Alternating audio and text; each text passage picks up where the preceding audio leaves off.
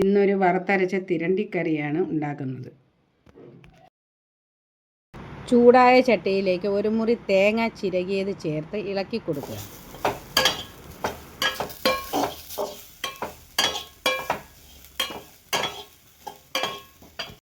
അതിലേക്ക് 4-5 ചെറിയ ഉള്ളി കഷണങ്ങളാക്കിയതും കറിവേപ്പിലയും ചേർത്ത് ഇളക്കി കൊടുക്കുക.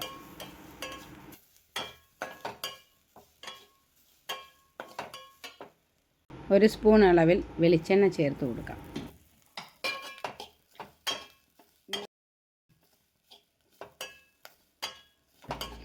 തേങ്ങ മൂത്ത് വരുമ്പോൾ അതിലേക്ക് 1/4 ടീസ്പൂൺ ഉലുവാപ്പൊടി ചേർത്ത് കൊടുക്കുക. 1/4 ടീസ്പൂൺ മഞ്ഞൾപ്പൊടിയും 2 സ്പൂൺ മല്ലിപ്പൊടിയും ചേർത്ത് കൊടുക്കുക. 1 സ്പൂൺ കുരുമുളക് പൊടിയും കൂടി ചേർത്ത് നന്നായി കൂട്ടി യോജിപ്പിക്കുക.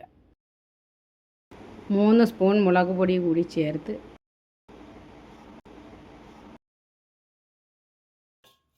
കരിഞ്ഞു പോകാതെ ഇളക്കി കൊടുക്കുക. നന്നായി മൂത്ത് വന്നിട്ടുണ്ട്.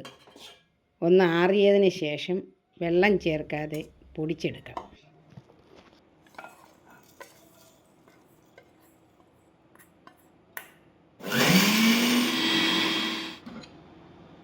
ഇനി ഗ്രേവിക്ക് ആവശ്യമായ വെള്ളവും ഉപ്പും ചേർത്ത് അരപ്പ് കലക്കി മീനിലേക്ക് ചേർത്ത് വേവിക്കാൻ വെക്കാം.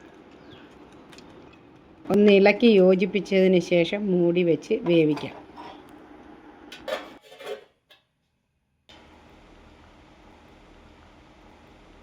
ചെറുതായി തിളച്ച് വരുമ്പോഴേക്കും ഒരു നെല്ലിക്ക വലിപ്പത്തിലുള്ള വാളൻപുളി പിഴിഞ്ഞത് കൂടി ചേർക്കാം.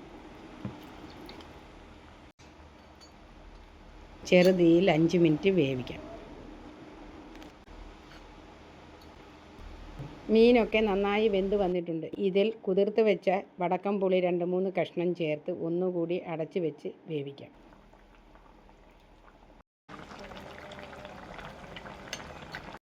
ചോറിൻ്റെ കൂടെയും അപ്പത്തിൻ്റെ കൂടെയും വിളമ്പാം.